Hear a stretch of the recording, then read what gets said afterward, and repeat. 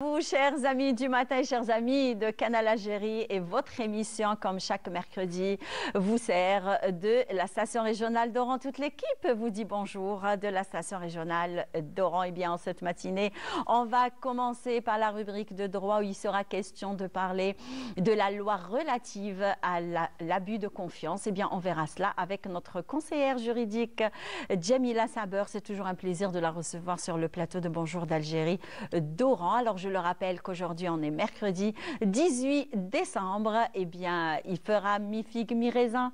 Eh bien, je fais un petit peu des coupures. Eh oui. Alors, la rubrique de santé. Aujourd'hui, on va revenir sur la deuxième édition du Congrès international de pneumologie qui s'est passé à l'EHU le 14 et le 15 décembre, où on recevra professeur Terfani qui va nous parler un petit peu sur ce congrès. Bien sûr, études. Eh bien, on va revenir sur la journée de l'étude sur le chant algérien. C'est toujours un plaisir de parler de patrimoine, bien sûr, aujourd'hui. C'est le patrimoine immatériel sur la chanson et le chant algérien. Et bien sûr, dernière ligne droite, la chanson andalouse à l'honneur en cette matinée avec l'association Nahda qui fête, je pense que c'est le 30e anniversaire. On verra cela avec Mortal Allel qui sera présent avec nous. Sans plus tarder, une petite escapade à Oran.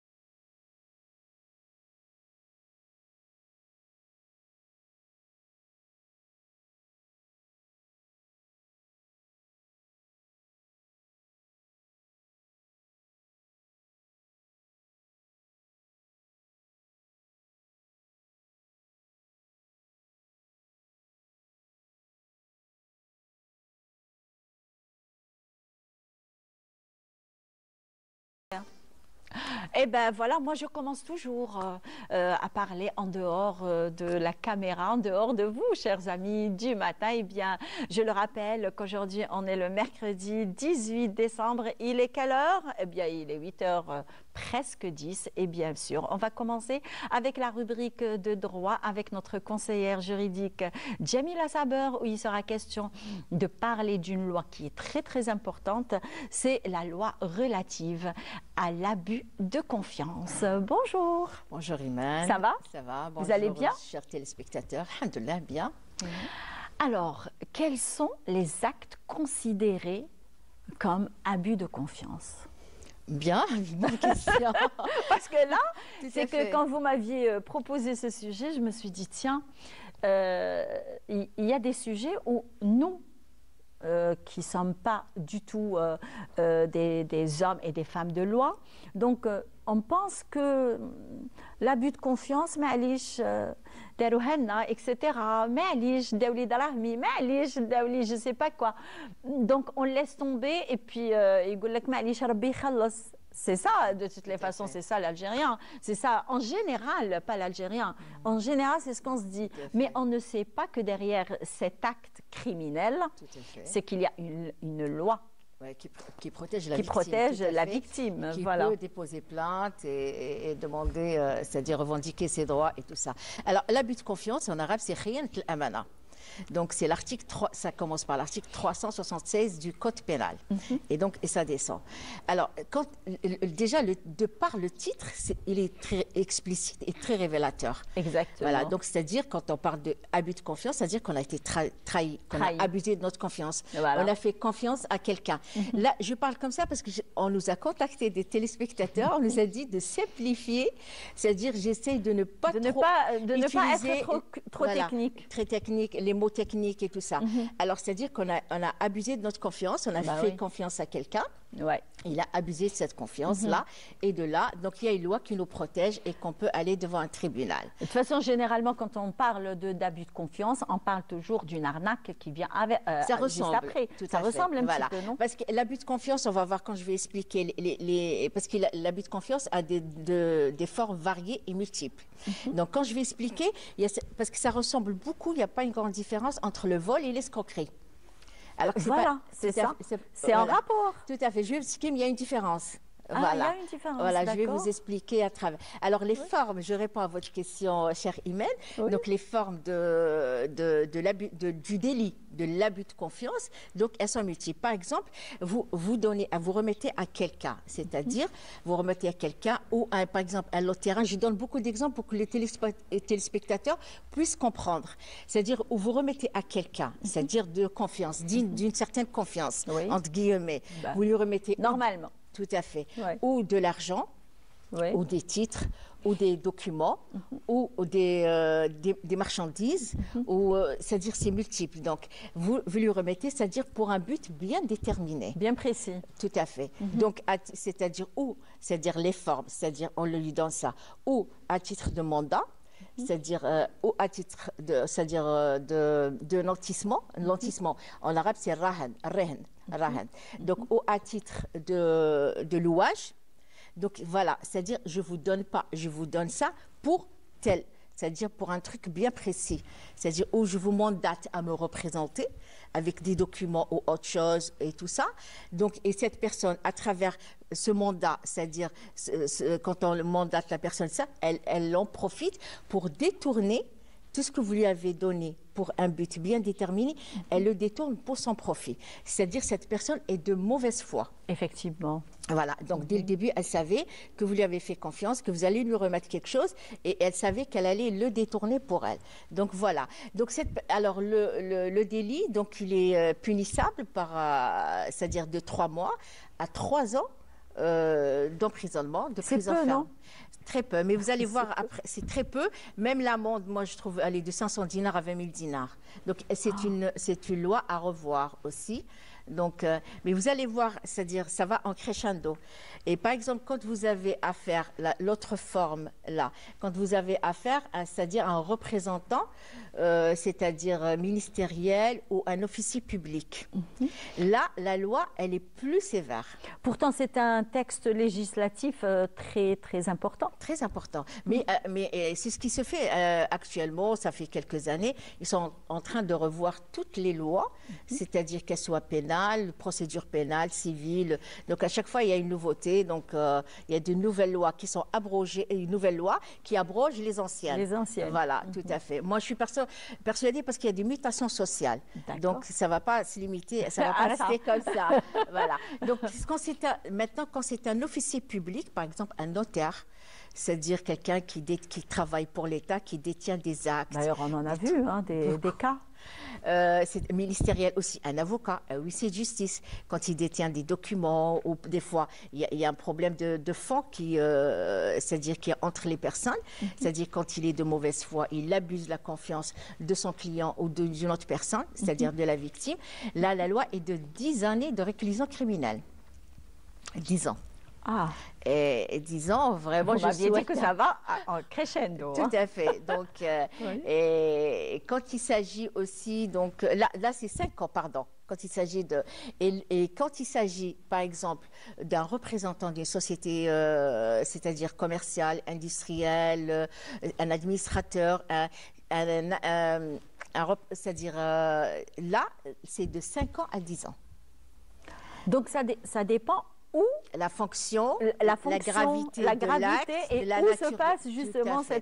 cet Tout à abus de fait. confiance. Donc D'accord. ça commence par 3 mois, ça va jusqu'à 3 ans. Ensuite, c'est 5 ans. Ensuite, de 5 ans à 10 ans. Donc là aussi, dans tout ce qui est le rédacteur des écrits, des actes et tout ça. Parce qu'on peut, à travers un acte, on peut falsifier, c'est-à-dire on peut abuser de la personne, on l'utilise. Il y a certaines personnes qui ont donné des documents, c'est-à-dire pour les régulariser. Donc, ces documents ont été utilisés, c'est-à-dire autrement. Oui. Donc, c'est un abus de confiance, là, en matière de documents officiels, d'actes et tout ça, c'est très important. Je reviens à ce que j'ai dit, ça ressemble au vol et à l'escroquerie. Alors, le vol, alors, l'abus de confiance, c'est-à-dire, on nous vole avec notre consentement. Oui. Parce Ah, ben oui. Ah ben oui, nous, on les aide. Voilà, parce qu'on remet, c'est-à-dire, oui. voilà, on contracte avec une personne, on négocie avec une personne, Ouais. ou on mandate une personne, par exemple. Ben oui. Voilà, donc on lui donne ce qu'on a donné, marchandises, par exemple, à vendre, on lui remet une marchandise à vendre, on lui remet un chèque, on lui remet des billets, des quittances, des documents. Des actes de maison, Tout etc. à fait, Bon, tout à fait. ça arrive, hein. Des fois, on lui demande aussi, c'est-à-dire pour un service payé ou non payé. Par exemple, moi, je connais des personnes qui ont donné, qui laissaient leur ferme à des personnes pour gardiennage. Ces personnes n'étaient pas là. À leur retour, ils ont trouvé que ces personnes-là ont vendu le bétail, ont vendu la récolte, ont vendu des bottes de foin et tout ça. Donc, c'est un abus de confiance. mon Dieu, ben oui. Voilà. Donc, des fois, vous laissez, il y a certaines personnes, elles laissent une personne dans sa maison. Quand elle revient, sa maison, elle est sous-louée. Ou il y a plein de trucs d'abus de confiance. Ça s'est passé. C'est très hein. fréquent, oui. C'est très fréquent, hein, de sous-louer une Tout maison. à fait. Hein. Par exemple, il y a un cas, là, je me rappelle souvent, je l'ai vu une fois au tribunal. Une femme a donné tout son or, l'or de sa mère et tout ça, un coffret comme ça, plein d'or. Elle a donné à une femme, là, elle lui a dit, moi pour acheter un appartement.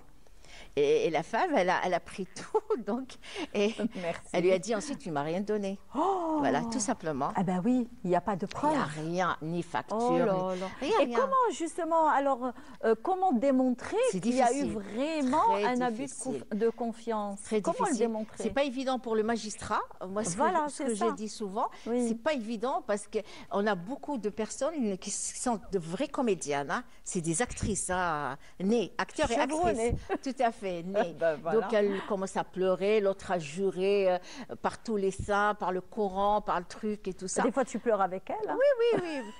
Donc, nous, on a certains trucs par ancienneté et tout ça, on s'est Vous pouvez repéré. détecter. Et c'est pas évident, hein, parce que maintenant, ils excellent hein, dans la comédie, dans le truc.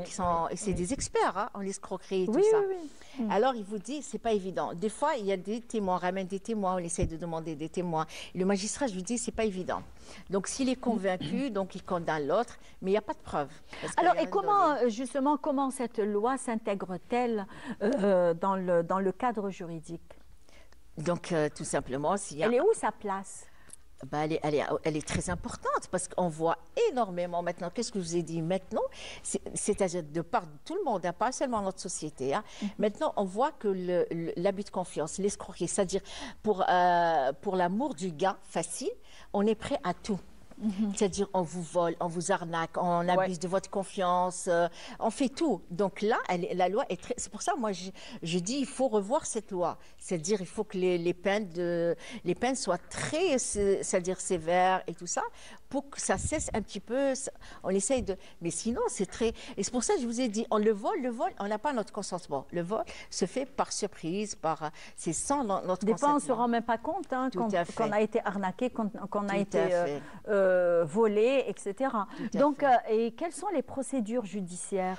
Alors, donc dès que vous, c'est-à-dire normalement il faut tout mentionner, il faut tout par écrit. Vous donnez à quelqu'un, vous lui faites signer un document. Détaillées. Tout, il ne faut pas donner comme ça parce que c'est une personne de confiance, une personne de la famille, non, il faut tout et par écrit, tout se fait par écrit, tout ça.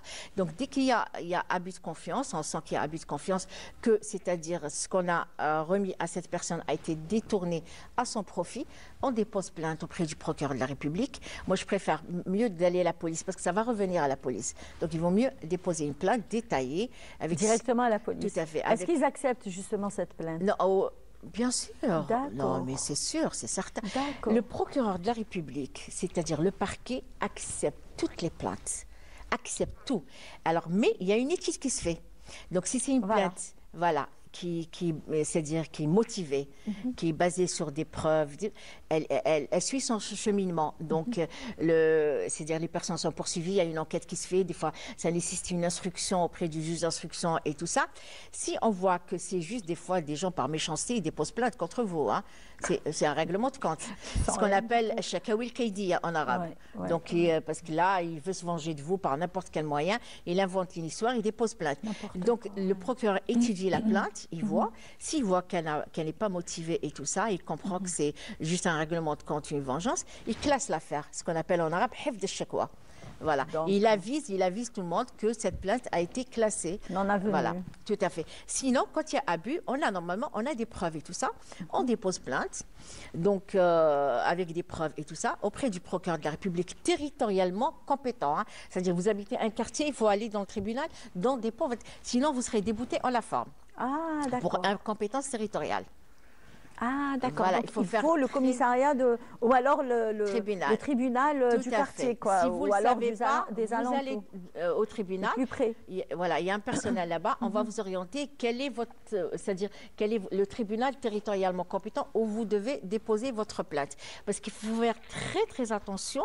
Si vous déposez votre plainte dans un autre tribunal qui n'est pas compétent pour suivre votre plainte, vous serez débouté en la forme. Pour incompétence territoriale. D'accord. Adam al-ikhtisas al-mahalli en arabe. D'accord. Voilà. Donc, il faut faire très attention. Il faut aller dans un tribunal, demander, moi j'habite tel quartier, où dois-je déposer, c'est-à-dire au niveau de quel tribunal dois-je déposer. Donc maintenant avec le découpage, hein, il y a l'Othmania, il y a Sidi Jamal, il y a Senia, Yontolk et tout ça, il faut faire très très attention. Voilà. Et pour les personnes justement arnaquées, qui déposent plainte, mais qui n'ont pas de preuves concrètes, comment ils font? On ne peut pas ne pas avoir, par exemple, l'abus de confiance. Généralement, il y a des preuves, par exemple, détournement de fonds, par exemple, il y a problème d'action, trucs et tout ça. Donc, il y a un moment, il y a, je sais pas, il y a des documents, il y a quelque chose, il y a des témoins, il faut ramener des témoins. Quand on n'a pas d'écrit de documents palpables, physiques, il faut ramener des témoins. D'ailleurs, j'ai suivi justement ce que vous m'aviez dit pour la dame qui a pris son coffre, etc. Tout à fait. Elle a pris tout son or. Et puis peut-être que ça vaut quand même des milliards, on va dire. Donc peut-être qu'elle l'a emmené seule. Pour la dame, comment elle fait justement pour démontrer qu'elle a vraiment donné un coffre, etc. Comment? Je vous ai dit que c'est pas évident. C'est pas évident, surtout pour le magistrat. Bon, l'avocat de l'autre partie, il peut défendre. Exactement. Alors là, voilà. La défense, elle va être vraiment forte. Tout à fait. Donc, mais c'est pas évident pour le magistrat. Donc, le magistrat va essayer. Ils ont leur technique. Hein. Voilà. Même l'avocat de la partie civile, c'est-à-dire s'il est chevronné et tout ça, il a ses techniques. On pose des questions pièges. Oui. Voilà. Donc, voilà. On pose des questions pièges pour, c'est-à-dire piéger la personne qui a abusé, c'est-à-dire qui Et pour la personne qui est très intelligente, parce que généralement, celles qui font justement ces arnaques, ce sont des personnes très intelligentes. Parce que pour détourner tout ça, Donc, c'est des personnes qui ont une certaine intelligence. Rappelez-vous ce que je vous ai dit, Imen, lors de plusieurs émissions. Je me suis rappelé. Le criminel n'est pas Je me suis rappelé ce intelligent. que vous m'aviez dit. Il Je me est suis dit, rusé. Iman, qu'est-ce que tu racontes là? Non, le criminel n'est pas Il laisse intelligent. toujours une Il est trace. rusé. Ouais. Parce qu'il était intelligent, il aurait mesuré les conséquences de ses actes. Lui, il sait Exactement, très bien qu'un criminel ne peut pas aller très loin. Quel que soit, c'est-à-dire les années, ses ruses et tout ça, Ouais. c'est-à-dire il sera dévoilé, il sera... non, les criminels arrivent toujours. Il faut aller... On parlait de l'esprit criminel. Juste. Voilà, il faut rentrer dans leur Ah ben, esprit. il faut suivre la série d'esprits criminels Voilà. pour savoir un petit Non, peu. il y a des on fait Mais ça il y a en des crimes, criminologie, tout oui, à fait. oui. Mais on arrive même après 20 ans, 25 ans, on arrive à... Le criminel va être démasqué et tout ça. Même des fois Exactement. 40 ans.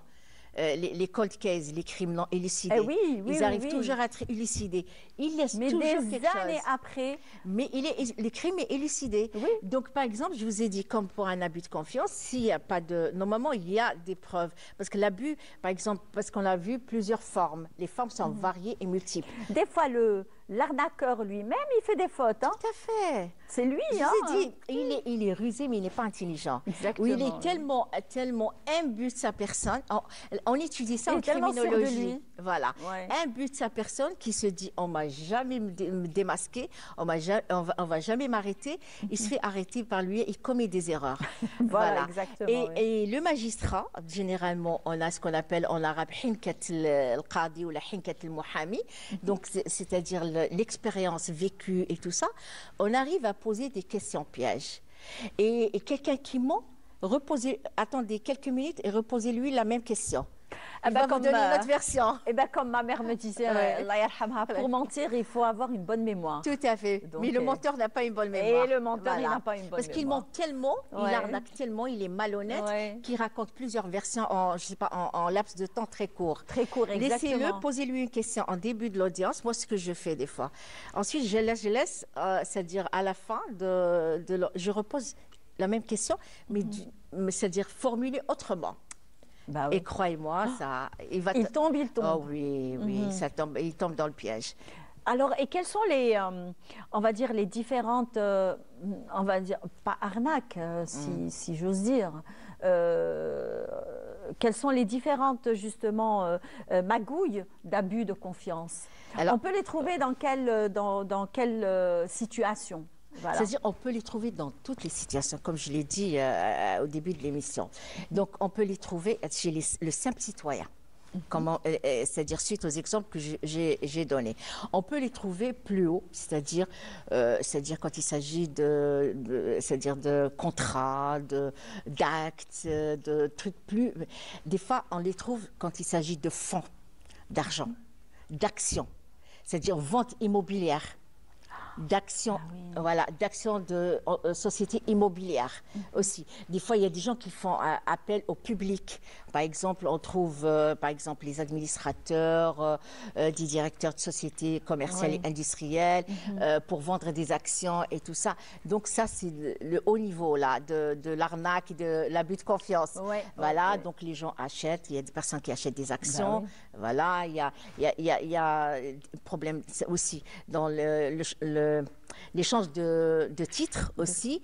Il y a pas mal de trucs au niveau des banques, au niveau des administrations, au niveau des officiers publics et tout ça. Là, on peut suivre la C'est trace. très fréquent. Voilà, et on trouve, là, ça varie de 5 ans à 10 ans de réclusion criminelle. Et je le souhaite à personne. Je le dis, je le redis. Je souhaite même pas à mon pire ennemi une nuit en prison. Mon Dieu, Vous vous rendez compte enfermé, voilà, et déjà, enfermé et en pendant sachant 10 que- ans. Oui. Et tout ça, et des fois vous ne restez pas dans votre ville. En plus, voilà, les conséquences, c'est-à-dire après les peines de prison, il n'y a pas que les peines de prison. On peut appliquer, il peut être privé d'un droit ou plusieurs droits selon l'article 14. Et quels sont ces droits? C'est-à-dire civique, donc c'est-à-dire il ne peut pas voter, il ne peut pas témoigner, il ne peut pas c'est-à-dire créer une société, il ne peut pas avoir un registre de commerce, il y en a plusieurs. Il peut aussi être interdit de séjour dans sa ville dans la ville où il a commis de 1 an au moins et de 5 ans au plus. Oh là là! Et dans quelles conditions il peut être, on va dire, déchu de ce droit? C'est-à-dire dans le cas où c'est avéré qu'il a abusé de la confiance des gens, il a fait ça, il a fait... Ouais. C'est prouvé, c'est-à-dire avec des preuves et tout ça. Donc, il y a l'article 14 qui est appliqué sur lui, donc il peut être privé de ses droits. En plus, il y a l'interdiction de séjour. Vous vous rendez compte, une ville où vous avez grandi, vous avez vécu et tout ça, on vous interdit de mettre les pieds dans cette ville de Oh 1 là an au là. moins et de 5 ans en plus. On ne peut même pas venir. Rien du tout. Oh là là. Sinon, il va retourner à la case départ en prison. Voilà. Ah ben. Donc, c'est pas évident hein, comme peine et tout ça. Alors, mais avec ça, ils se disent non, je ne serai jamais arrêté. Oui, il est sûr de lui. Hein. Tout à fait. Non, mais moi, ce qui me choque, là, des fois, c'est les personnes qui occupent des postes, voilà, non, Ouais. qui ont une responsabilité, hein. Oui, qui ont une oui. responsabilité envers la société, les citoyens et tout ça, qui commettent ça. Donc, hélas. Voilà. Eh bien oui, hélas, malheureusement, tout à fait. ça existe. Tout à fait. Très bien, donc merci beaucoup, Saber Merci à Jamila. vous. C'est un plaisir de vous recevoir comme chaque mercredi avec nous et aborder à chaque fois un sujet qui fait partie justement de notre société, donc un petit peu pour nous ouvrir un petit peu les yeux. Donc je vous emmène, je vous embarque avec moi à travers la chanson Arsa Mouharan pour visiter un petit peu, revoir les anciens quartiers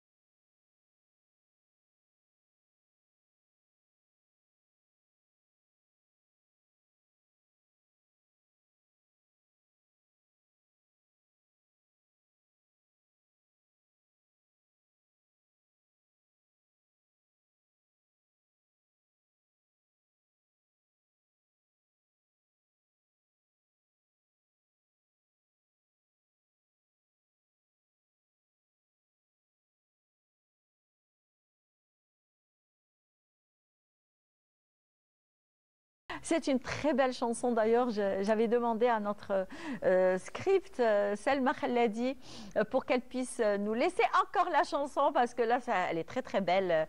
Yateh Saha, Houari Ben Chennet, on le remercie pour cette balade à travers les quartiers d'Oran.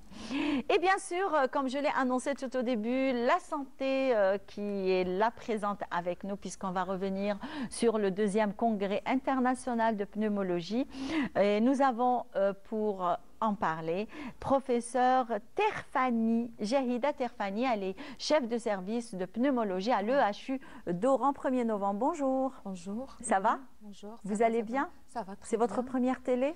Oui, c'est ma première télé. Vous n'êtes pas trop de passer à la radio, mais bon... Non, c'est pas pareil. Pas pareil, oui, pas du tout. Il y a une différence quand même. Oui. Quelle est la différence? Dites-moi.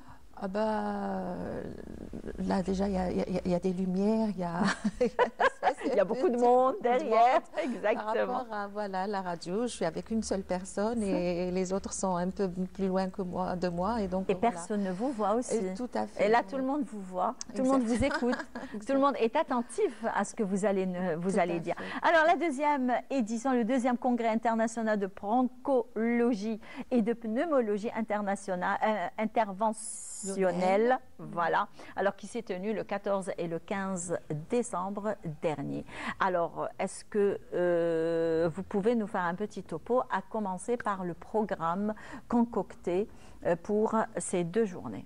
D'accord. Donc, avant de commencer, bien sûr, Bismillah ar-Rahman ar-Rahim, salatu salam ala ashraf al-mursalin.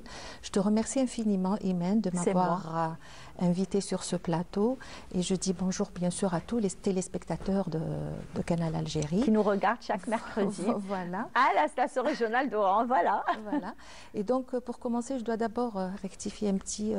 je suis chef de service d'exploration fonctionnelle et interventionnelle. Ah, d'accord. Voilà. C'est pas pareil. Ouais, c'est pas pareil. Je suis chef de service des explorations fonctionnelles et interventionnelles. Je m'occupe de tout ce qui est exploration de pneumologie et je suis professeur en pneumologie. Très bien. Voilà. Et le congrès qui a été organisé le 4 et le 5 décembre à l'établissement hospitalo-universitaire le HU d'Oran, c'est un congrès de bronchologie et de pneumologie interventionnelle. Bon, si on va commencer d'abord par le programme. Donc, le programme... ce congrès s'est échelonné sur 2 jours. Le premier jour, c'est le 14 décembre. Le deuxième, c'est le 15 décembre. Alors, pour le 14 décembre, c'était une journée qui a été dédiée à des communications libres, à des présentations, des communications des experts. Il y avait des experts nationaux et internationaux et qui ont pratiquement fait des conférences sur la bronchologie et la pneumologie interventionnelle. Ça, c'est parti à partir de 8h30 et on a fini pratiquement à 17h45 avec des communications, des présentations, des échanges d'expériences entre Algériens et collaborateurs étrangers. Et le deuxième jour, c'était un jour qui a été dédié à des ateliers pratiques. Justement, j'allais aborder le volet atelier. Bon, voilà, ça c'est juste dernier. Vous parler du programme. Oui, oui, oui. Donc pour le programme, il y avait des experts étrangers, il y avait 3 Français et il y avait 3 Français. Il y a le professeur Jean-Michel Vergnon qui est venu de Lyon, le docteur Bruno Escarguel qui est venu de Marseille et il y avait un autre qui n'a pas pu venir. Il n'a pas pu venir il y avait des empêchements. Il y avait des empêchements familiaux et professionnels. Donc, mais il a quand même présenté une communication en live. En visioconférence, voilà. Elle est passée quand même en visioconférence. Et on avait aussi parmi nous notre amie tunisienne, Chaouch Besbes, Nawel Besbes, qui est aussi une experte en matière d'endoscopie interventionnelle, de bronchologie, de pneumologie interventionnelle. Donc il y avait aussi des Algériens qui pratiquent déjà la pneumologie interventionnelle. Il y a le docteur Guédiri d'Alger, il y a le docteur Selmani, il y a le docteur Lemdani aussi d'Alger, de Beni Messous Alger. Donc, et c'était une journée très fructueuse et très très intéressante parce qu'il y a eu un échange d'expériences entre voilà, et les jeunes pneumologues, tout l'auditoire, tous ceux qui ont assisté à ce congrès, ils ont bien apprécié, si vous voulez, le contenu et la qualité des experts, la qualité des présentations le premier jour, c'est-à-dire lors de... Puisque vous avez dit, justement, c'est un carrefour, on va dire, d'échange, le congrès international. En plus de ça, c'est qu'on voit qu'est-ce qui se fait à l'extérieur et qu'est-ce qui se fait déjà chez nous. Alors, comment le congrès contribue-t-il justement aux avancées, aux techniques de pointe, aux nouvelles techniques de pointe? Exactement, le congrès... ce congrès, il a un rôle très important dans, bien sûr, les avancées, la promotion, bien sûr, de cette technique en Algérie. Parce que, si vous voulez, si je peux récapituler un petit peu ce que ça veut dire, la bronchologie et la pneumologie interventionnelle. Justement, j'allais vous poser la question. Alors, c'est quoi le terme qu'on a rajouté à pneumologie conventionnelle? Elle est conventionnée, elle est... Interventionnelle, c'est-à-dire c'est on intervient. C'est-à-dire, vous savez que la pneumologie, la bronchologie, la pneumologie interventionnelle, c'est quoi? C'est une pratique qui utilise des techniques non chirurgicales. Et quand on dit non chirurgicales, ça veut dire qu'elles sont non invasives, c'est pas invasive. Et à travers ces techniques, on peut faire et le diagnostic et parfois les thérapeutiques aussi pour des maladies bronchiques et des maladies pulmonaires. C'est-à-dire, en gros, c'est ça, c'est ce que ça veut dire la bronchologie et la pneumologie interventionnelle. C'est une pratique qui utilise des techniques qui ne sont pas invasives pour le malade, qui ne sont pas chirurgicales, c'est-à-dire au lieu d'aller utiliser la chirurgie pour traiter une tumeur bronchique, par exemple, on peut utiliser la bronchologie, l'endoscopie pour traiter cette tumeur bronchique, d'accord? Parfois même pour le diagnostic. Parfois même pour le diagnostic, on est sur notre fait, on ne peut pas faire le diagnostic. Justement. Et on peut avoir recours à la chirurgie pour faire le diagnostic. Alors ces techniques facilitent aux praticiens l'abord, si vous voulez, d'aller à ce territoire qu'on ne peut pas... qu'on ne peut pas explorer en général. En général, qu'on peut explorer juste par la chirurgie. Et donc ça rend beaucoup service. Ça rend service aux malades et ça rend service aussi au coût de la santé. Parce que si on évite la chirurgie, on évite que le malade passe sous anesthésie générale, on évite un bloc opératoire, on évite l'utilisation de drogue et donc le coût, si vous voulez, il est un peu diminué. Et aussi, parfois les malades ne peuvent pas subir un acte chirurgical, donc ça rend beaucoup service aux malades qui est traité par l'endoscopie par rapport à la chirurgie. Voilà, c'est ce que ça veut dire en gros, si vous voulez, en général, la bronchologie et la pneumologie interventionnelle. Et aussi, j'ajoute à cela que cette technique, elle est utilisée pratiquement pour la plupart des pathologies bronchopulmonaires, non seulement dans le cancer, mais aussi même dans les pathologies bénignes. C'est-à-dire, par exemple, je te donne un exemple, un malade qui a une tumeur, par exemple, dans la trachée, au niveau de la trachée, si c'est une tumeur maligne, par exemple, et ce malade doit bénéficier d'une chimiothérapie ou d'une radiothérapie, la grosseur de la tumeur, le volume de la tumeur va faire que le malade, il ne pourra même pas respirer. Respirer, exactement. Et donc, si on laisse ce malade comme ça, il peut décéder, pas par le problème de cancer, mais par asphyxie. Donc, si on agit par cette bronchologie interventionnelle, cette pneumologie interventionnelle, on essaye d'enlever la tumeur, de la détruire ou de la réséquer ou de diminuer de la taille de la tumeur, ben, le malade, il va pouvoir respirer mieux et attendre la deuxième alternative qui est la chimiothérapie, la radiothérapie ou l'autre thérapeutique. Ça dépend le protocole. Voilà, donc ça rend beaucoup service aux malades, non seulement dans le traitement, mais aussi dans la qualité de vie des patients. Les patients, ils vont pouvoir mieux respirer, bien respirer en attendant d'agir sur la tumeur. Ça, c'est un exemple de ce que ça peut donner la bronchologie ou la pneumologie interventionnelle. Très bien. Alors, la tenue de ces congrès en général et particulièrement ce deuxième congrès international de pneumologie, on va dire. Donc, quel a été l'objectif justement de la tenue de ce congrès? D'accord, oui. Ben, l'objectif principal, c'est pratiquement de faire, si vous voulez, la promotion à cette technique, à certaines techniques, parce qu'il y a certaines techniques qui sont déjà en pratique chez nous dans le pays. Mais il y en a d'autres qu'on n'a pas encore. Comme quelle technique? Par exemple, comme la bronchoscopie rigide, on ne fait pas encore la bronchoscopie rigide pour le sujet adulte. Pour pour la pédiatrie, il y a un centre au niveau d'Alger qui fait l'utilisation du bronchoscope rigide. Mais pour le sujet adulte, on n'a pas encore cette discipline. Et donc, le congrès vise, si vous voulez, à sensibiliser et les médecins et aussi les autorités à ces techniques qui sont très, très importantes. À sensibiliser, à initier ces techniques, bien sûr, à mettre le point sur ces techniques qui sont très, très importantes et qui évitent la chirurgie aux patients. Donc ça a été les principaux, on va dire le principal objectif de ce deuxième congrès. Voilà. Donc on y va vers beaucoup plus les ateliers et la formation. Donc qu'en est-il pour ces collaborations d'ateliers, les collaborations de formation? Parce que des fois, il y a des médecins, il y a des professeurs aussi qui partent à l'extérieur du pays pour nous ramener les nouvelles techniques de pointe. Qu'en est-il pour ces accords, on va dire? Oui, de toute façon, nous, par exemple, je te parle des ateliers qui sont passés, c'est-à-dire qui ont eu lieu au niveau du congrès. On a pratiquement inscrit 4 ateliers. Et je te rappelle aussi que le congrès, ça c'est le deuxième congrès international, mais on avait déjà organisé le premier en 2023. Oui, en 2023, on avait organisé le premier congrès et on a vu quand même qu'il y a quand même une évolution très très importante du deuxième par rapport au premier congrès. Et je reviens aux ateliers. Pour les ateliers, il y avait 4 ateliers pratiques. Il y avait un atelier qui a été animé par le Français qui est venu, le Jean-Michel Vergnon, qui est un expert en matière de bronchoscopie rigide.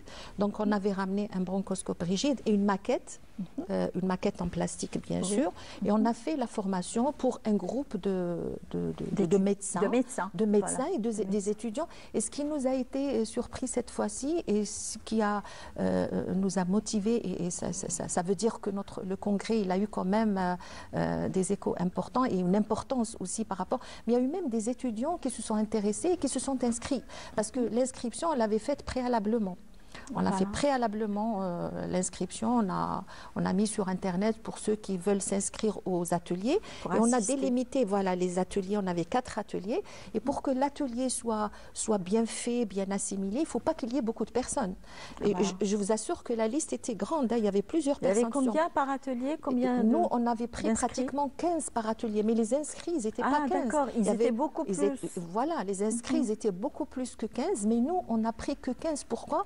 Parce que pour que l'atelier doit se faire dans les règles de l'art et il doit être bien assimilé, il ne faut pas qu'il y ait beaucoup de personnes. Vous voyez, Donc, il y a des recommandations et on a suivi les recommandations en ce qui concerne le groupe qui doit assister à l'atelier. Donc, chaque atelier contenait pratiquement 15 personnes, entre médecins pneumologues, le plus c'était des pneumologues, des chirurgiens thoraciques, et même on avait même vu des étudiants qui se sont intéressés, qui avaient quand même de l'intérêt pour cette pratique, qui se sont inscrits sur la liste. D'accord? Donc il y avait 4 ateliers pratiques. Il y avait un atelier sur le rigide, sur ce que je viens de te dire maintenant, c'est le fait d'utiliser un dispositif très très important, qui a été animé par un Français, Jean-Michel Vergnon. Il y avait un deuxième atelier qui traite la thoracoscopie, les maladies de la plèvre. Je m'explique. La plèvre, c'est le territoire, si vous voulez, c'est la zone du thorax qui est entre le poumon et la cage thoracique. Et cette zone, elle est très importante à étudier, à explorer. Pourquoi? Parce que si les malades font des cancers bronchiques, elle est très sensible. Voilà, et c'est une zone qui peut être le lieu de métastase d'autres organes. Et donc, on utilise aussi un dispositif, un thoracoscope qu'on introduit dans cette cavité, et à travers ce thoracoscope, on peut faire le diagnostic et même le traitement des métastases pleurales. On peut même, les métastases pleurales, c'est quoi? C'est du liquide, c'est les malades lidéraux qui font les penchements pleuraux, le liquide dans la cavité pleurale, voyez. Et ils vont être gênés par rapport à la respiration parce qu'il y a du liquide qui est dans la cage thoracique et qui gêne la respiration. Donc, à travers la thoracoscopie, on rentre par le thoracoscope aussi, et on traite ces métastases via un traitement. On fait un talcage pleural, on essaye d'accoler les deux plèvres pour que le liquide ne s'accumule pas dans cette cavité pleurale. Et aussi, la thoracoscopie, elle a un rôle très important dans le diagnostic de ces pathologies. Et parfois, Imen, on a des cancers, par exemple, ailleurs situés, c'est pas dans le poumon. Exactement, tels que le pancréas, le foie, etc. Voilà. Oui, l'estomac. Voilà, et on ne peut pas faire le diagnostic par exemple de ces cancers, mais via la métastase, c'est quand il y a une métastase pleurale, on peut découvrir la métastase. Parce que la tumeur, elle... Voilà, et on traite cette cavité pleurale, on traite ce liquide qui est à l'intérieur, donc on essaye d'accoler les deux plèvres pour que le liquide ne se reproduise pas et ne gêne pas le patient. Et ça aussi, ça rentre dans le cadre de la qualité de vie des patients qui sont cancéreux, parce qu'il ne faut pas seulement traiter le cancer, mais il faut aussi réfléchir aux patients en totalité, une patiente d'une manière générale. Voilà. Donc, voilà. Donc ça, c'est l'atelier de la thoracoscopie. Le troisième atelier, c'est un atelier qui s'est dédié à l'endoscopie souple. On rentre avec le fibroscope, c'est comme par exemple l'endoscopie de la gastro, mais on rentre dans le poumon, dans les branches. Et on fait aussi le diagnostic. Sous-âgé ou... Non, sous local. Le plus souvent sous local. C'est très très rare où on fait des malades sous anesthésie générale. Mais le plus souvent, on fait nos malades sous local dans une salle d'endoscopie classique. Voilà. Cet atelier, il a intéressé beaucoup de praticiens et beaucoup de jeunes pneumologues qui ont terminé leur cursus et qui veulent, par exemple, aller travailler dans des EPSP ou dans des centres hospitaliers. Et cette pratique, elle est très très importante pour ces praticiens. Pourquoi? Parce que le diagnostic de ces tumeurs, diagnostiquer, c'est partout, on peut diagnostiquer partout. Effectivement. Et si vous voulez, et ça désengorge un peu si cette pratique va être, si vous voulez, vulgarisée et faite au niveau des différentes EPSP, on dégorge, si vous voulez, un petit peu les endroits comme les EHU, les CHU et tout ça. Voilà. Le dernier atelier, parce qu'il y en avait 4, le dernier, c'était dédié à l'échographie thoracique. L'échographie thoracique, qui est très importante, et qui a eu un regain d'intérêt ces dernières années. Effectivement, oui. Voilà. Ils reviennent vers l'échographie. Même s'il y a un scanner, allez-y, me faire passer une échographie. Mais on n'a jamais su pourquoi d'ailleurs. Tout à fait. Par exemple, dans le thorax, je vous dis, par exemple, dans le thorax, l'intérêt de l'échographie thoracique, comme tu dis, même parfois on fait un scanner thoracique et on revient vers l'écho. Exactement. Dans quelle situation? Si par exemple je fais un scanner thoracique, je vois que la tumeur, elle est accolée à la paroi thoracique, elle est juste près de la paroi thoracique. Donc là, je peux faire l'écho thoracique. C'est une méthode aussi qui n'est pas invasive par rapport au scanner. Le malade, on peut faire une biopsie scanner-guidée. Mais l'échographie, c'est au lit du malade. Je suis en train de faire mon écho, je passe ma sonde, je vois la tumeur, et là, j'introduis l'aiguille et je fais des biopsies. Donc, ça rend beaucoup service aussi pour le diagnostic. Et c'est plus rapide, je crois, non? C'est plus rapide, c'est plus accessible. Accessible et rapide. Même pour les épanchements pleuraux. Pour les épanchements pleuraux, c'est-à-dire quand on ponctionne un malade, quand on veut enlever du liquide, il faut quand même visualiser, il faut faire... pour savoir où ponctionner.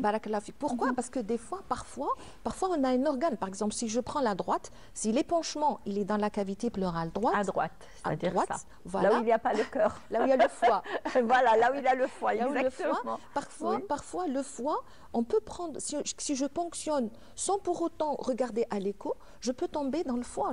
Je peux envoyer mon aiguille de ponction au niveau du foie. Je ne ramène rien et je dis, ah tiens, il n'y a pas de liquide ou le liquide s'est asséché, alors que non, je suis dans le foie. Non, donc si je fais une écho thoracique, je visualise avec mon écho où est-ce qu'il est le foie, je cible où est-ce qu'il est le liquide, j'introduis mon aiguille au niveau du liquide et donc là, le geste, il est réussi, c'est accessible, c'est facile, ça se passe au lit du patient. Donc voilà, l'intérêt de l'échographie thoracique. Donc il y avait un atelier aussi qui a été dédié à cette pratique et qui a aussi eu beaucoup d'intérêt, il y a eu beaucoup d'inscrits et malheureusement on a pris 15. Et ce qu'on s'est dit, ça sera pour la la prochaine fois. Le troisième congrès, ça sera l'année prochaine?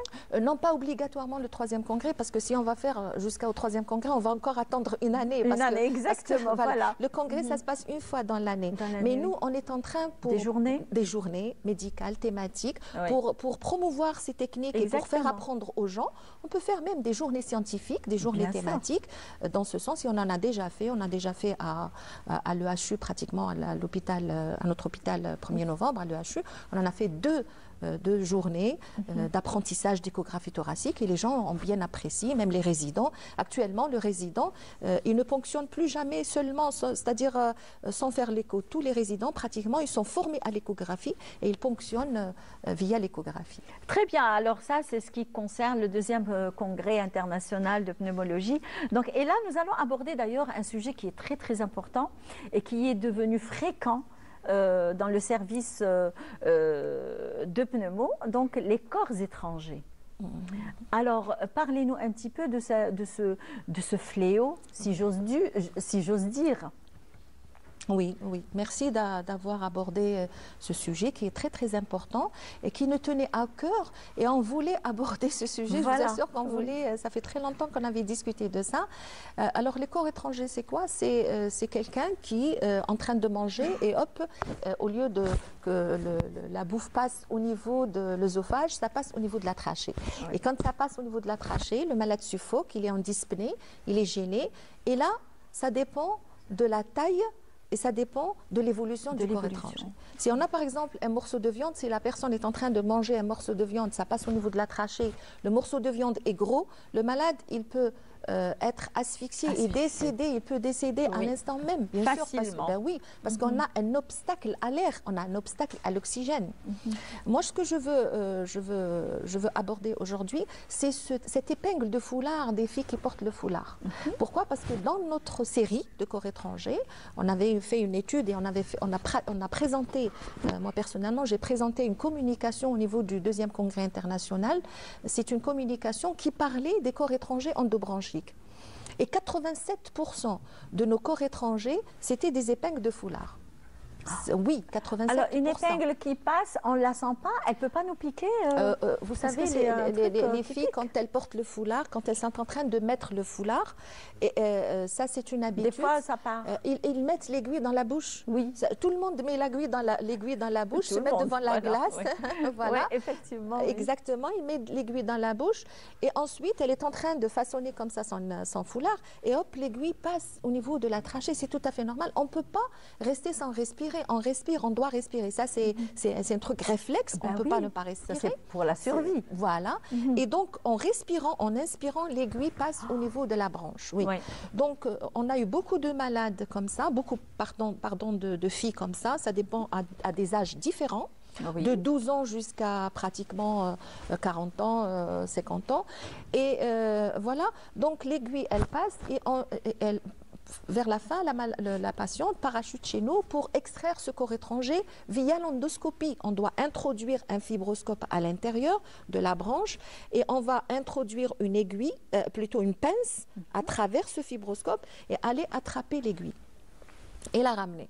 C'est dommage qu'on n'a pas de photos, qu'on n'a pas de vidéos. J'ai beaucoup de vidéos, beaucoup de photos par rapport à ça. Ah, c'est dommage. Oui, on peut les faire passer la prochaine fois si vous voulez. Inch'Allah. Et donc, cette aiguille, ça dépend comment... Où elle va atterrir.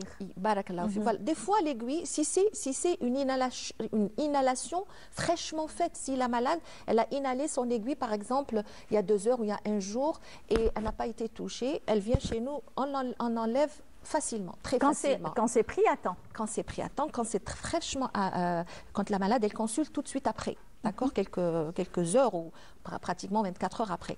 Mais si l'aiguille reste à l'intérieur, parce que c'est une aiguille, elle est pointue, elle progresse.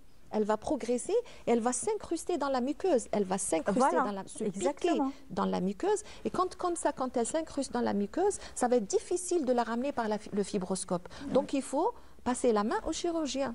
Une intervention Une carrément. intervention carrément. Et voilà, regardez, on se retrouve. Et dans la cage thoracique, c'est pas facile aussi. Hein.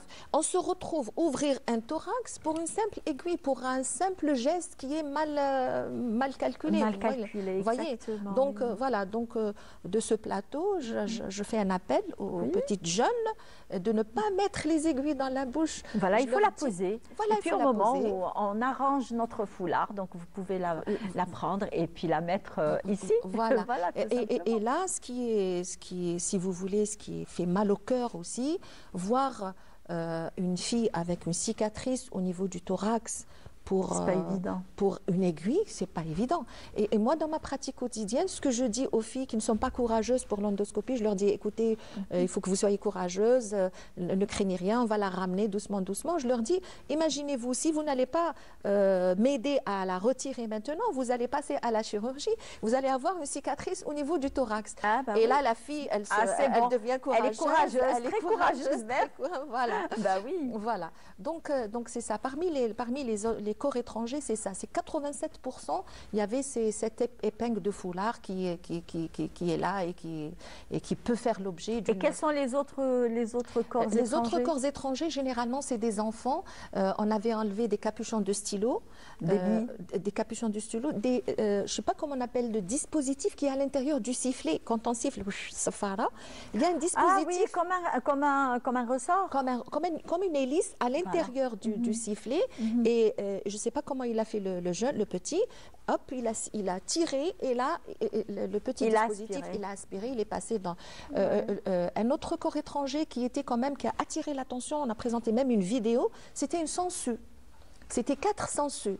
4 sangsues, c'était des patients qui sont venus du côté de Relizène, ou Ederhi ou Relizène et tout ça. Et c'est des malades qui ont pris de l'eau de source. C'est de l'eau qui n'est pas traitée, l'eau de source. Cette eau, elle contenait beaucoup de sangsues. Et le malade, il a bu de l'eau de source. Il y avait une sangsue. Vous savez, la sangsue, c'est l'alga. Oui, l'alga. Voilà, oui. Et la sangsue, c'est celle qui... Voilà. Et l'alga, c'est comme son nom l'indique, elle s'accroche au niveau de la muqueuse. Voilà, exactement. Elle se colle carrément. Elle se colle. Et pourquoi on l'appelle sangsue? Parce qu'elle suce le sang. Elle suce le sang, oui. Et donc, au début, elle est translucide. En suçant le sang, elle devient rouge. Elle se colore de la couleur du sang. Et donc, c'est dommage qu'on n'a pas aussi... Voilà, justement, voilà. Et donc, il y avait un malade, parmi les 4 malades, il y avait un patient qui est âgé de 52 ans, qui était allergique, qui faisait une allergie respiratoire. Et comme ça, il faisait des gènes respiratoires paroxystiques. Donc, il est parti voir son médecin, il lui dit, bon voilà, vous étiez allergique, maintenant vous êtes en train de faire de l'asthme, carrément vous faites de l'asthme. Il a donné des traitements, en ce qui concerne l'asthme, il l'a traité comme asthmatique, ça n'a pas répondu. Alors que ce n'était pas de l'asthme. Il nous envoie le malade, et en interrogeant le malade, on l'a interrogé, le malade il faisait des hémoptysies, il a rejeté un peu de sang, on lui a posé la question, est-ce que vous n'avez pas bu de l'eau de source? Il nous a dit oui, quand est-ce que 3 jours avant, on a fait une fibroscopie, et je t'assure qu'on a trouvé la sangsue comme ça en train de bouger au niveau entre les cordes vocales. Il n'a pas senti qu'il y avait quelque chose qui bougeait? Non. Quand est-ce qu'ils sont? Quand la sangsue monte au niveau des cordes vocales, là il est gêné, il fait de la dyspnée. Mais quand la sangsue descend au niveau des peur, hein? ça fait peur. Ça fait peur, déjà rien que de la voir, ça fait peur. Exactement. Voilà, ça c'est le corps étranger, si vous voulez, qui était important à une sangsue. Une sangsue. Oui. Donc, on n'a pas idée. Il faut faire très attention. Ils n'ont pas vu quand ils ont pris... Non, vous savez, Imen, pourquoi ils n'ont pas vu? Parce que la sangsue, au départ, elle est translucide, on ne peut pas la voir. C'est en suçant le sang qu'elle devient rouge, qu'elle se colore. Donc, le message, c'est qu'il ne faut pas boire de l'eau non traitée, il ne faut pas boire de l'eau de source. Il faut boire de l'eau... Il faut faire très attention. Et boire de l'eau qui est traitée. Voilà, en gros, si vous voulez, le congrès, ça a consisté à quoi? Voilà. Tous ces sujets abordés, ils ont été très intéressants d'ailleurs, et c'est un plus justement pour nos médecins, afin de bien prendre en charge les malades qui viennent peut-être en détresse respiratoire. Et ce n'est pas de l'asthme, ce n'est pas un cancer de poumon, et ce n'est même pas, on va dire, voilà, une TBC ou quoi que ce soit. Donc ce n'est que, on va dire, quelque chose qu'on a ingurgé, peut-être une épingle, une sangsue par exemple, ou alors un autre corps, voilà, exactement. évidemment épingle de foulard et ainsi de suite. Merci beaucoup, professeur Jahida Terfani. Pardon, j'ai oublié de dire un mot parce que avant de finir, je dois remercier notre directeur général. Ah oui, monsieur Barr. Au niveau de l'hôpital, parce que ce congrès, ça a été très difficile au début d'organiser. Vous savez, l'organisation, c'est un peu difficile, surtout actuellement. Ah oui. Et donc, je remercie infiniment le directeur général Barr Rabah, son staff administratif, le DGA, le SG et son staff technique aussi, qui nous ont bien sûr facilité la tâche, nous ont d'abord encouragé à organiser ce congrès, à abriter le congrès au niveau de l'EHU, c'est très important, à mettre à notre disposition des salles, là on peut faire, parce que c'est pas difficile, les salles une salle qui était carrément aménagée pour une salle de... Alors on me dit, le professeur Terfani nous a très bien expliqué en tout cas. Félicitations. Vous êtes parvenu justement à véhiculer ce message qui est très important aussi. Hein. Merci beaucoup. Donc, merci beaucoup à tous les organisateurs et surtout M. Rabah Barr. Voilà. On espère le recevoir un jour ici sur le plateau. Donc, marhaba bih et puis bienvenue. Les portes de la station régionale d'Oran sont grandes ouvertes. Alors, cette fois-ci, je vous embarque vers Moustaganem, une très belle voix de Faisal حريق. On se retrouve juste après. مشتاق جماعة في القبة قول لها راني في الغربة مشتاق جماعة في القبة باب الواد وزيد القصبة باب الواد وزيد القصبة فات سيدي عبد الرحمن فات سيدي عبد الرحمن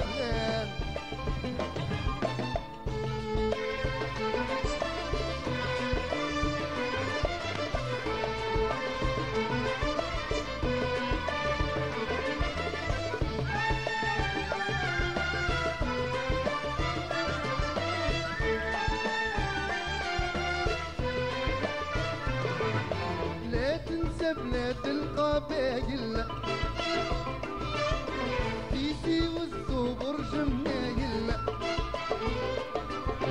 لا تنسى بلاد القبايل تيسي والزبر جمايل بجاية نروح لها عاجل بجاية نروح لها عاجل كورة يا عظيمة في الشام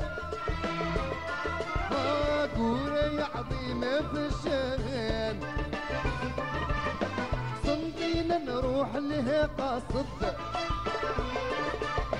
زور القطبي سيدي راشد سنتينا نروح لها قاصد زور القطبي سيدي راشد لو بديس عليها جاهد لو بديس عليها جاهد فيها دراس القرآن فيها دراس القرآن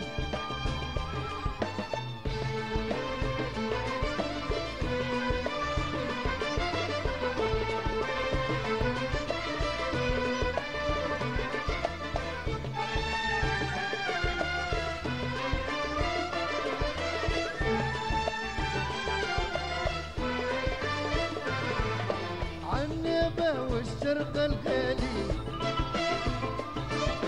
وجبال الأورس العالي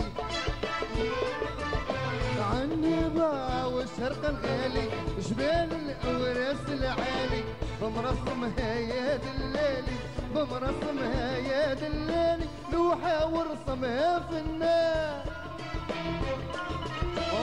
لوحة ورسمها فنان وهر مزين هيك عدها بمدينة جديدة في وهر مزين هيك عدا في الحمري ومدينة جديدة الهواري مول الوعدة الهواري مول الوعدة يزوروه من كل مكان يزوروه من كل مكان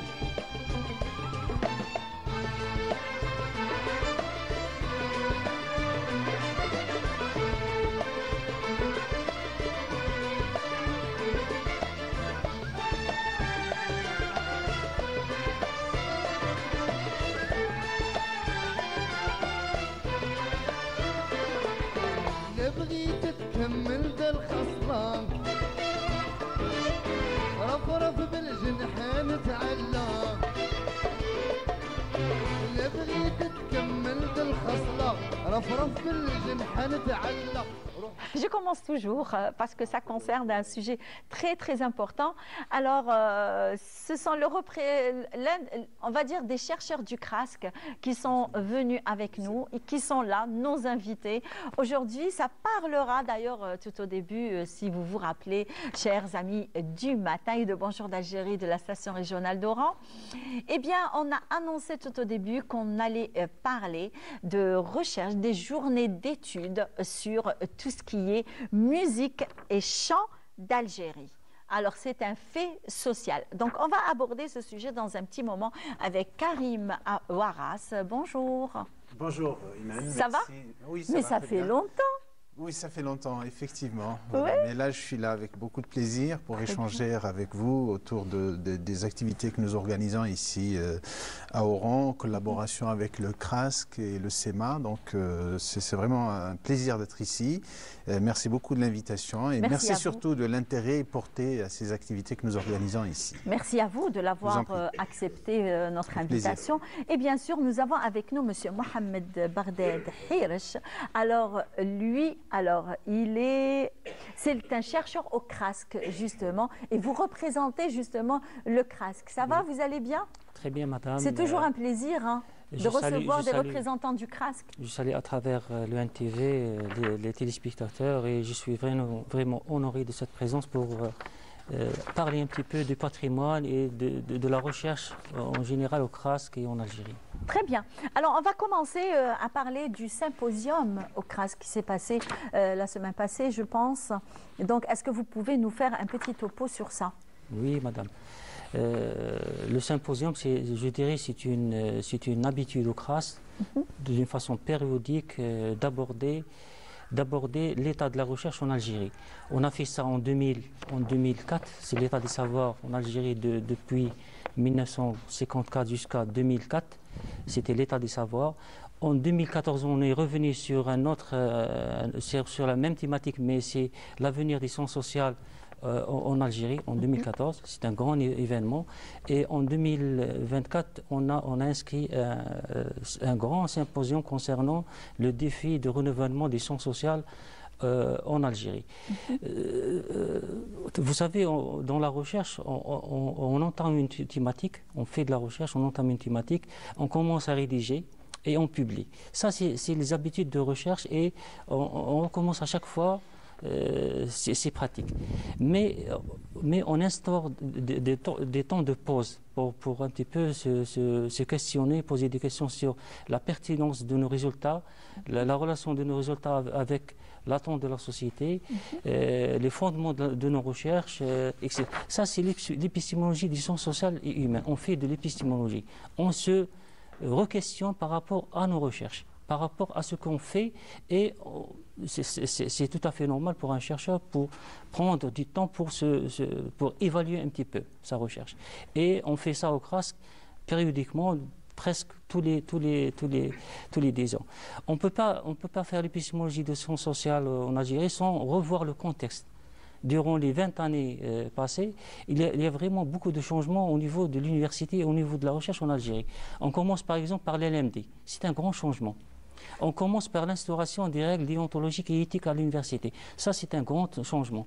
Et on a abordé les questions de gouvernance, les questions de durabilité.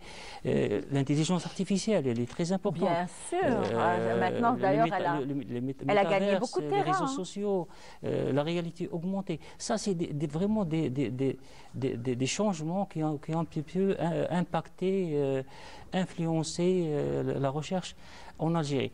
Et le Covid-19. Parce que le Covid-19, je pense personnellement qu'on n'a pas pris beaucoup de temps pour questionner le Covid-19. Qu'est-ce qu'il y a eu pendant le Covid-19 au niveau de la société, au niveau de la pensée, au niveau de mentalité, etc. D'ailleurs, à travers beaucoup de changements, à travers cette pandémie, il y a eu tout un changement d'habitude, on va dire même de comportement. Humain, où tout a changé. Le Covid, on va dire la Covid-19, elle a carrément et littéralement nous a changé carrément. de bout en bout. Je pense que le Covid-19, c'est un grand laboratoire qui a permis d'expérimenter des choses qu'on pouvait faire, les faire ou les questionner de façon normale. Par exemple, les systèmes de solidarité au niveau des familles, etc. Comment ça s'est passé? Comment les gens ont pu, durant cette période de crise, surmonter la période par les systèmes de solidarité, soit traditionnels, soit institutionnels, etc. Ça, c'est très important. Au niveau des pratiques, au niveau des rituels, au niveau des enterrements, au niveau des mariages, etc. Il y a eu un grand bouleversement. Ça, je pense qu'on doit revenir sur ça. La chose la plus importante concernant le symposium, c'est un grand symposium qui a réuni presque 260 chercheurs algériens et internationaux. Ça, on a presque eu 60 panels parallèles, 60 panels, 10 tables rondes et presque une dizaine de communications plénières. Ça, on a abordé presque toutes les thématiques concernant les sciences sociales et humaines, par l'imaginaire et la littérature, par la ville, par les élites, par l'histoire et la mémoire. Toutes les thématiques presque traitées en Algérie, dans le champ de recherche, ont été discutées pour mettre des points sur qu'est-ce qu'on doit faire, où on est, évaluer, etc. Concernant le patrimoine culturel en Algérie, soit matériel ou immatériel, il y a eu 9 malins. On a traité presque 9 thématiques concernant le patrimoine. Et quelles sont ces thématiques? C'est concernant la thématique, concernant la musique, concernant les arts plastiques, concernant le théâtre, etc. Le cinéma? Le cinéma, non. On a traité le théâtre, la musique, la littérature par rapport au roman algérien. Ça, c'est les grandes thématiques traitées par rapport à la question de l'héritage ou du patrimoine matériel et immatériel. Qu'est-ce qui revient dans ces thématiques-là, au niveau des résultats? Il y a toujours la question de l'usage des langages, des langues en Algérie. L'usage des langues, soit les langues officielles, soit les langues, le dialecte. Les rapports entre les langues. Puisque vous êtes en train de me parler de langue, aujourd'hui, le 18 décembre, ça correspond à la journée mondiale de la langue arabe, qui est notre langue maternelle et officielle. Oui, mais ça revient, la question de l'usage des langues et les relations entre les langues, ça revient mais d'une autre approche, ça veut dire avec une autre approche. Ce n'est pas à travers le conflit, mais à travers la cohabitation, à travers l'harmonie, etc. Il y a une nouvelle approche par rapport à l'usage des langues, ça c'est nouveau. La question de l'accès à l'archive, les difficultés par rapport à l'accès à l'archive, la question de l'oralité, le patrimoine matériel et immatériel, surtout l'immatériel, il est marqué par l'oralité. Oui. Ça c'est une grande difficulté pour les chercheurs, pour la préservation, etc. La question de la préservation du patrimoine, l'archivage du patrimoine, la collecte du patrimoine, ça, c'est des questions qui reviennent toujours dans nos discussions. Ça veut dire on n'est pas sorti de ce paradigme-là. Il y a des changements au niveau de la réception, au niveau des approches. Il y a peu de tendances idéologiques dans le traitement de ces thématiques-là. Il y a plus une ouverture, mais on n'est pas sorti de ces grandes thématiques ou de ces grandes problématiques concernant le patrimoine algérien, la préservation, l'oralité, l'usage des langues, etc. Ça revient toujours. Ça revient toujours et c'est tout à fait normal. C'est notre vie, on va dire, c'est notre patrimoine, c'est notre identité, c'est notre histoire aussi, puisque vous m'aviez tendu une très belle perche. D'ailleurs, il y a eu justement la tenue de journée d'études sur chant et musique d'Algérie. Un fait social. Donc là, je m'adresse à vous, Karim Ouaras. Je le rappelle que vous êtes professeur à l'université Oran 2. Et on aimerait bien avoir un peu plus on va dire, de renseignements aussi sur cette journée, parce que ça a été une journée, voilà, où vous avez abordé cette question qui est très très importante. D'ailleurs, les chants, la musique qui font notre identité, qui font notre patrimoine. Tout à fait. Oui, en fait, pour rebondir, avant de répondre à la question Iman, c'est que le symposium, parce que la journée d'études, elle est venue se greffer en fait sur le symposium organisé par le CRASC et le CEMA et l'Agence thématique des sciences sociales. En fait, cette grande rencontre a permis justement de croiser les regards autour des sciences sociales, autour des objets des sciences sociales. Et donc, l'objectif premier de cette grande rencontre ici à Oran, c'est justement d'interroger la nécessité de renouveler les paradigmes et les objets dans ces disciplines. Voilà. Donc, et la journée d'études que nous avons organisée le dimanche dernier, elle vient s'inscrire en fait dans cette dynamique de rencontre, de dialogue au sein de la communauté scientifique. C'est une journée dédiée aux chants et musiques d'Algérie. Et ce qu'il faudra peut-être relever d'emblée, c'est le caractère pluriel de l'énoncé, c'est-à-dire on ne parle pas d'un chant, il n'y en a pas un ou une, mais il y en a plusieurs. Effectivement. Ce qui fait... parce que l'Algérie possède un patrimoine musical très très riche et remarquable, dont les racines plongent dans la profondeur de l'histoire même du pays. C'est-à-dire que les chants d'Algérie, les musiques d'Algérie nous ressemblent. Ils nous rassemblent aussi. Beaucoup. Vous voyez, donc c'est ça en fait l'intérêt d'interroger. Parce que les sciences sociales en Algérie, du fait de leur, on va dire, marginalisation, tendent à négliger un petit peu les objets qui nous appartiennent, en fait, les choses à nous. Vous voyez, mais une journée comme ça, et les travaux aussi du symposium, c'est-à-dire on le mérite de poser le regard, on va dire, sur toutes ces choses. Et là, la musique, justement, ça veut dire que c'est un fait social. Ça veut dire qu'elle n'a pas été approchée comme un moyen de divertissement. C'est au-delà de ça, c'est-à-dire que la musique... C'est un moyen culturel. Exactement, c'est un vecteur de cohésion sociale, c'est un vecteur de mémoire.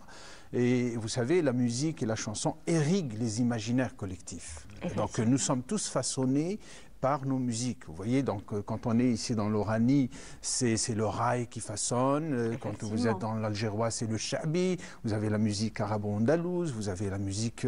on a le bédoui voilà, aussi. Le bédoui, la musique kabyle, la musique staïfi, le malouf, le haouzi. Donc il y a une richesse artistique exceptionnelle. D'ailleurs, le bédoui, il regagne un petit peu de sa notoriété. Tout à fait. À un certain moment, ça s'est un petit peu endormi. Ce style musical a été un petit peu endormi. Mais là, ces dernières années, il reprend un petit peu le dessus. Et d'ailleurs, le bédoui, c'est avec des instruments typiquement traditionnels auxquels ils ont introduit des instruments modernes. Voilà. Et c'est ça justement le dynamisme du chant et de la musique algérienne. En fait, ça a toujours existé. Voilà. Ça a toujours existé. Et puis, ce sont des genres et des musiques qui ont toujours communiqué aussi. Ça veut dire qu'il y a une interpénétration entre les genres. Et ce qu'il ne faut pas oublier aussi, c'est que la musique et les chants d'Algérie ont beaucoup voyagé dans le monde. Effectivement. C'est-à-dire que ce n'est pas des musiques locales, ce sont des musiques universelles. Voilà. Vous voyez, c'est cette dimension universelle aussi qu'on a tenté de souligner durant cette journée d'études. Et donc, c'est pourquoi on a dit que le chant et la musique, ce sont des faits sociaux. Effectivement, c'est une mosaïque qui vient se calquer sur une mosaïque culturelle, civilisationnelle, historique, etc., etc. Effectivement, parce que là, vous avez abordé un point très sensible quand vous avez dit que ces styles musicaux, c'est que c'est devenu universel. Oui. Donc cette musique est devenue universelle. Ben oui, quand on voit un Cheikh Hamada dans les années, je pense, 20 ou 30, où il est parti, il a exporté la chanson bédouine, le style bédoui en Allemagne, en France, en Belgique. Donc ça, c'est que depuis la nuit des temps, ce style musical qui regagne du terrain depuis ces dernières années. D'où l'intérêt justement d'aborder ces expressions artistiques comme vecteur de mémoire, comme vecteur d'histoire. Ce n'est pas seulement des moyens de divertissement. Voilà. Oui, moyens de divertissement, ils le sont de fait. Mais il y a aussi, on peut lire l'histoire d'une nation à travers ces musiques. Et quand on s'interroge, quand on explore les musiques et les chants d'Algérie, on s'engage automatiquement dans un voyage dans le temps. Ah ben oui. madame. Ça, c'est sûr. Je profite de l'occasion. Pour clôturer, parce que là... Pour rendre hommage un petit peu à le feu Hajj Milani qui a initié les recherches, sur le rail. Au Krask et en Algérie sur le rail, sur la chanson oranaise, et qui a peut-être incité les chercheurs d'une façon directe ou indirecte à aborder cette thématique-là. Parce que la musique, c'est pas, comme il a dit notre collègue, voilà, c'est pas le divertissement, c'est la mémoire, c'est la culture. C'est la culture, c'est l'identité aussi. Parce que le rail, maintenant, il s'est inscrit quel que soit les genres, et quel que soit le brasage et les influences entre les genres et les synthèses qui se font à travers le chant et à travers la musique, soit la musique citadine, soit la musique bédouine. Très bien. Donc là, on arrive à la fin, on ne peut pas continuer, c'est dommage. Donc merci beaucoup, merci d'avoir accepté notre avis. Merci Karim, c'est un plaisir de vous revoir sur le plateau de Bonjour d'Algérie. Merci beaucoup. Merci vous. Mohamed Bardad Hiresh, alors vous aussi, d'ailleurs, vous êtes un habitué. Mais là, après, pas du tout, je suis toujours ravi de recevoir vos invitations et de participer à ces émissions culturelles qui éclairent un petit peu ce que se fait au niveau de la recherche, soit au CRAS, soit... Très bien, on sera présent, Inch'Allah. Merci beaucoup. Eh bien, je vous emmène, alors c'est Ilyas Benziane qui nous emmène vers la 15e édition du Festival de la chanson oranaise. On va voir qu'est-ce qui se passe autour de cette chanson oranaise du Festival de sa 15e édition. On se retrouve juste après.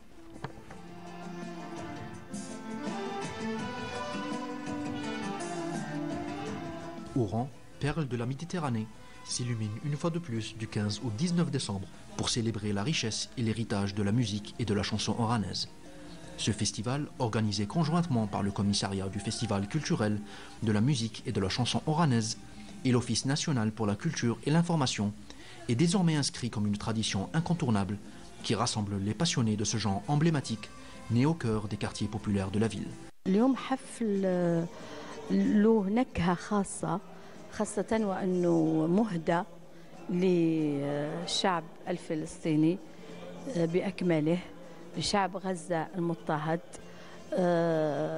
راح تكون فيه مجموعة فنانين يأدوا هذه الحفلة، يغنيوا مع بعض على شكل كورال لعمالقة الفن الفلسطيني على غرار الكبير والعظيم مرسال خليفة، أميمة خليل، أصالة نصري، يعني والقائمة الحمد لله طويلة. شخصيا راح نأدي أغنية عالم أخرس اللي كتبت ولحنت من طرف إخواننا في مصر. ركزنا على التواصل الاجتماعي، يعني فتحنا عدة مواقع في التواصل الاجتماعي لكي يعني تكون عندنا هذه العلاقة ما بين الجمهور الجزائري بعامة وكذلك الجمهور خارج الوطن، أننا يعني نعطي معلومات كل يوم حول هذا المهرجان. كانت فيه تدريبات مستمرة مدة 6 أيام، إذا كنا في التواصل يعني، وكانت شيء جميل جدا في هذا المهرجان، أنه مهرجان شبابي فيه تمازج ما بين الشباب وكذلك الفنانين الكبار في تلك الحقبة. البارح الليلة الأولى فاتت من أحسن ومن أرفع ما يكون، ونتمنى إن شاء الله الليلة هذه الثانية تكون كذلك أحسن وأحسن، لهذا حتى يكون التراث الوهراني يقعد حي ويطول ماذا بينا باش ان شاء الله منا لافا تكون الشعب غفير ويكونوا الموسيقيين كذلك ناشطين.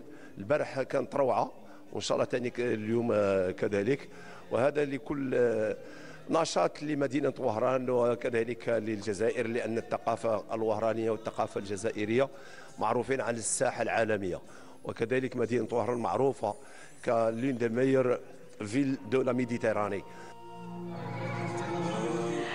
Et bien voilà pour le Festival de la chanson oranaise en sa 15e édition. Eh bien, je pense que c'est aujourd'hui la clôture de ce festival où demain aussi il y aura une très belle soirée de la commémoration, on va dire, et un hommage à Cheikh Saqqal Abdelrahman.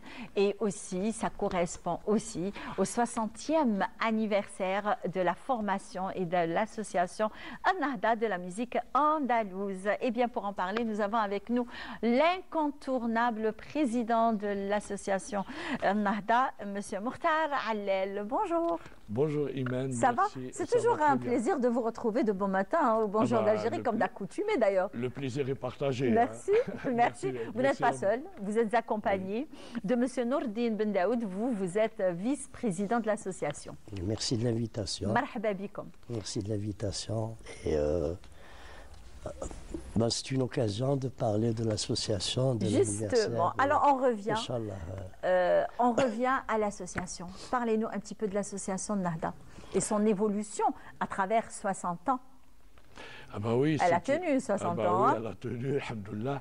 J'espère qu'elle tiendra encore plus. Encore plus, hein. Oui, pourquoi pas. Donc, c'est une association qui a été créée en 1964 par notre maître, Cheikh Abdelrahman Saqqal, qui est né de 1910-1985. Et donc, cette association a pour but de promouvoir et vulgariser la musique et le patrimoine classique andalou, enfin classique algérienne, musique classique algérienne dite andalouse. Je préfère que ce soit musique classique algérienne. Effectivement, oui. Oui. Et de toutes les façons, la musique classique, justement, algérienne, qui est de l'andalou, donc elle a vraiment gagné du terrain. Hein. Oui. Elle a repris son, on va dire... Je l'espère. Oui. Vous affichez tout le temps complet. Oui. Voilà, la musique andalouse affiche tout le temps complet dans ses soirées. Oui, absolument. Et il faut y aller très tôt aussi, hein, parce que sinon on ne va pas trouver de place. Hein.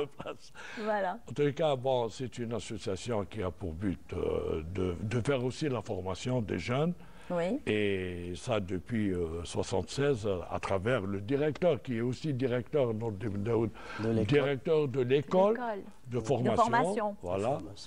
Et donc, voilà, nous existons depuis jusqu'à l'heure actuelle. Alors, et quel est l'afflux, justement, des jeunes? Justement, vous avez parlé de la vie de l'association. Oui. Une vie de l'association, c'est l'école, c'est la formation. Effectivement. Donc, s'il n'y a pas de formation au sein de l'école, de l'association, moi, je pense que ce n'est pas une association. On ne peut pas appeler une association. S'ils n'ont pas d'école, ce n'est pas une association. Et la relève et la vie d'une association, moi, je dis toujours, la colonne vertébrale de l'association, c'est l'école. C'est la formation, c'est la formation. Donc, alhamdoulilah, on a une école, plusieurs classes, plus de 100 élèves, sur diversité. Il y a une classe en chorale, en première année. Musique et chant. Oui, en chant. Et apprentissage de l'instrument. Il y a une deuxième classe en deuxième année, instrumentale. Et une classe quatrième, une classe moyenne, qui font chant et instrument. Il y a une classe qui est junior et la classe senior. Donc, ça fait quand même... Et vous avez un programme condensé pendant toute la semaine? Oui. De quelle heure à quelle heure? C'est malheureusement de 5 heures à... oui. C'est après les cours. C'est après les cours. Mais des fois, on profite du vendredi. Eh oui. C'est obligé, on est obligé de le faire quand il y a une préparation et tout. On profite du vendredi pour préparer un petit peu les événements, comme l'événement qui va se passer demain.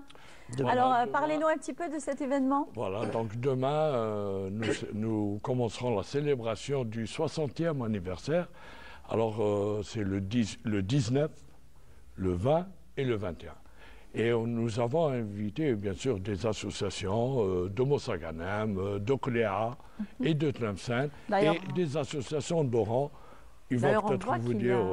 y a un programme bien varié. Voilà. Donc, est-ce que vous pouvez... alors, le jeudi 19, c'est l'école de l'association culturelle et musicale Ennahda d'Oran, d'ailleurs, qui va se produire demain soir.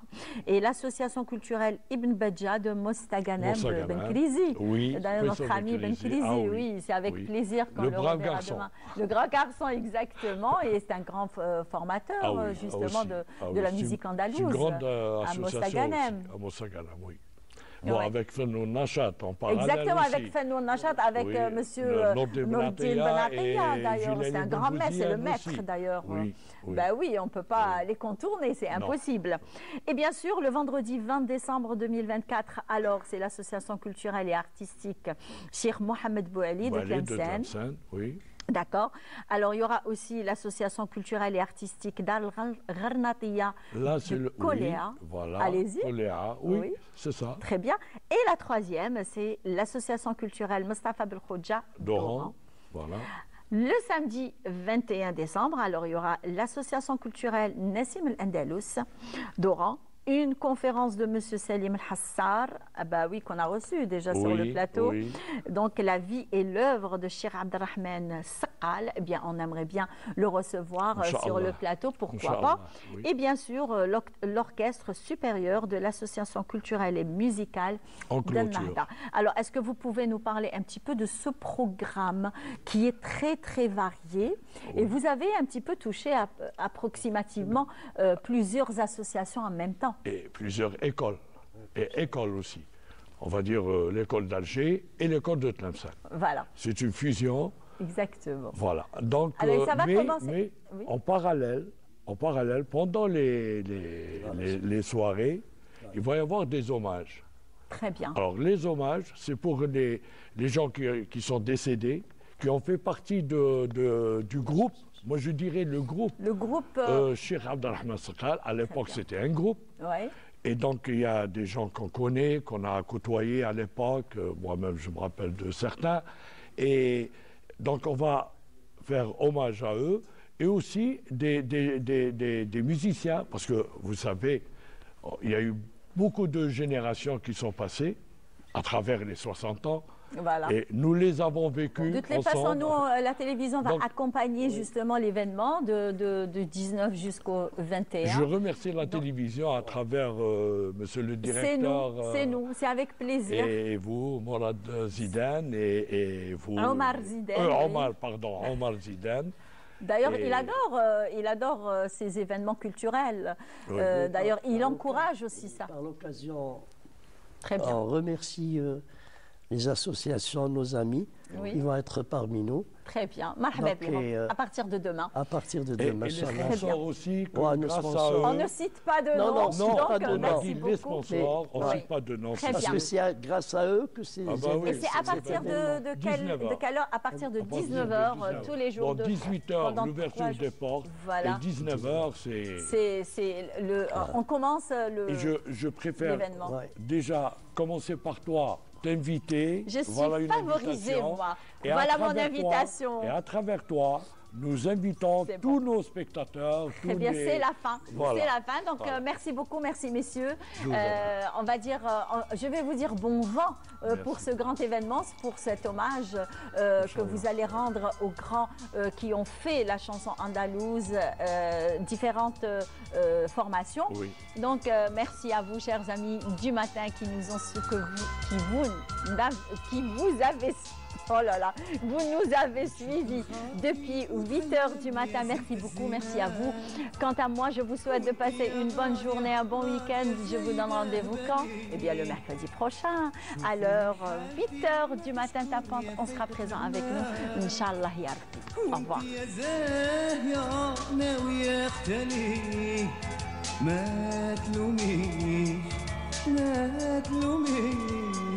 ما تلوميش ولو في يوم تبكي بنواه ما تلوميش ما تلوميش ما تلوميش ما نسمع لوم كسرتي الجناح نبغي نكلمك ونهدر ونشكي لك اللي عاد